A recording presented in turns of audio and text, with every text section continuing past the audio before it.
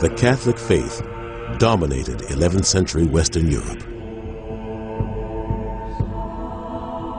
The world of the Middle Ages was a world that was deeply concerned with matters of religion. And it's almost impossible for us in a secular age today to overestimate how concerned they were. It's almost impossible for us to understand how concerned they were. People are bombarded with the fact that they are threatened by sin from all forms of life. Just about everything they can do in life is potentially sinful. It's literally as if the air they're breathing is contaminated with sin.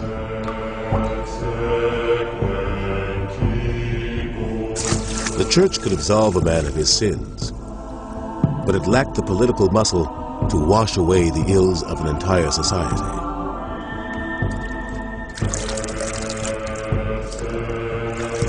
Feuds with the secular rulers of Europe had pushed the papacy to the sidelines until 1088, when a new pope arrived in Rome, Pope Urban II.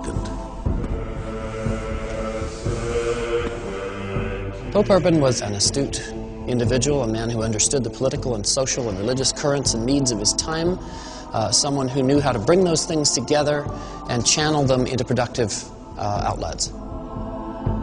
Pope Urban needed a master plan to put the Catholic Church back on the political map. The answer to his prayers would come in the form of a desperate plea for help from an old rival.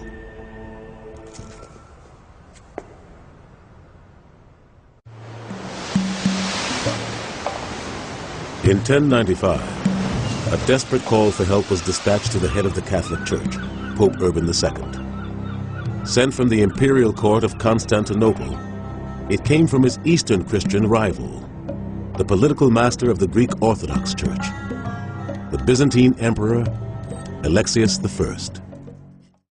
Pope Urban marketed the crusade brilliantly. He struck a number of chords that the knights of Western Europe wanted to hear. He said, look, you're living these violent lives. If you don't atone for your sins, you're going to go to hell. What the crusade offered was a way of carrying on fighting and also receiving a spiritual reward. That was the deal. If you went on crusade, you got the remission of all your sins. You would not go to hell.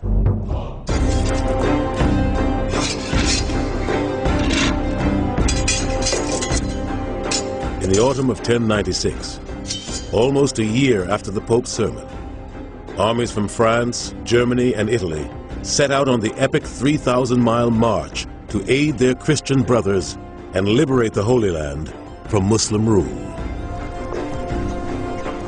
At the helm of the largest army from northern Europe was Duke Godfrey of Bouillon.